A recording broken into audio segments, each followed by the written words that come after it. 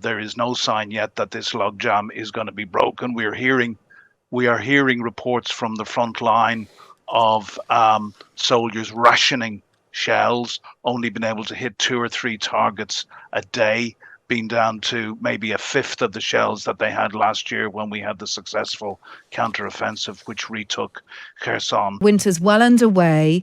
Unless there is extra funding agreed for weaponry to go to Ukraine by the end of the year, Ukraine's going to be in a very, very serious situation. How is the country responding to this? They must be at panic stations at the moment. Well, there's no sign of panic stations, but certainly the people, Kate, that I speak to are very, very concerned and have been concerned for some time. The truth is, we have been drip feeding arms aid to Ukraine from the start of this war. We have been giving them enough to keep their head above water, but not to deliver the knockout blow.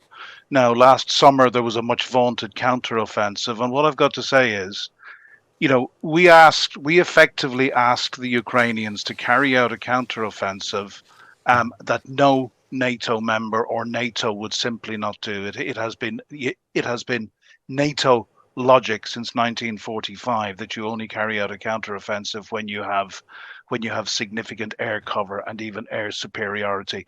Now the Ukrainians have been crying out for modern jets, which they haven't got yet. They've been promised, as well as the tanks and long-range artillery, which, to a great extent, thanks to the Brits earlier on this year, they have been getting, but still not sufficient. But this latest logjam in the United States, where I think it's got to be said, the GOP are playing a particularly dirty game, and they are now tying aid to Ukraine into Trump-era border policies, and there is no sign yet that this logjam is going to be broken. We are hearing reports from the front line of soldiers rationing shells, only been able to hit 2 or 3 targets a day, being down to maybe a fifth of the shells that they had last year when we had the successful counteroffensive, which retook Kherson.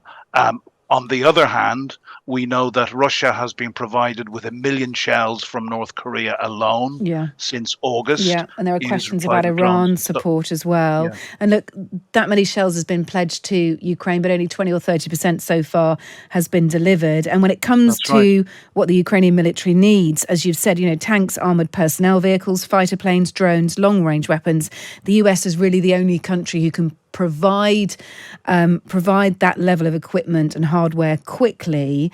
It does come down to getting this signed into law, and that comes down to the Republicans and the appetite in the United States, which is dealing with its own sort of cost of living crisis, the appetite to plough billions more dollars into Ukraine. It is a tough dilemma.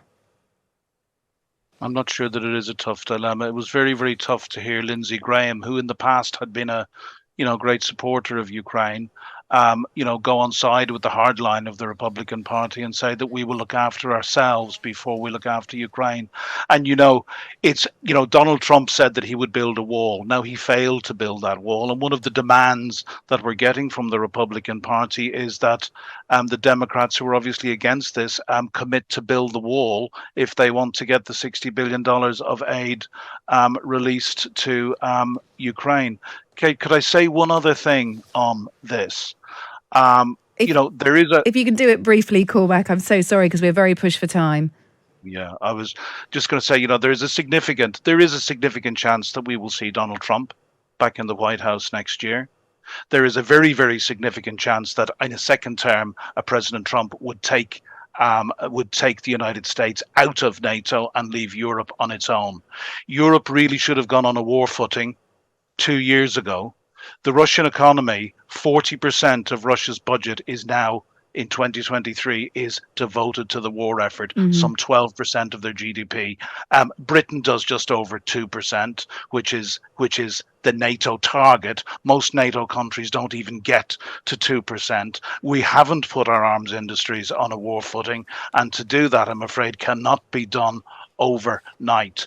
So, it's very, very worrying times, but it's worrying times for more than Ukraine, because it's very, very clear that if Putin is allowed to succeed in Ukraine, then European and NATO members will be next. And there is a question, could NATO stand up to an emboldened Putin without the support of the United States? And that is the very, very real that is a huge question.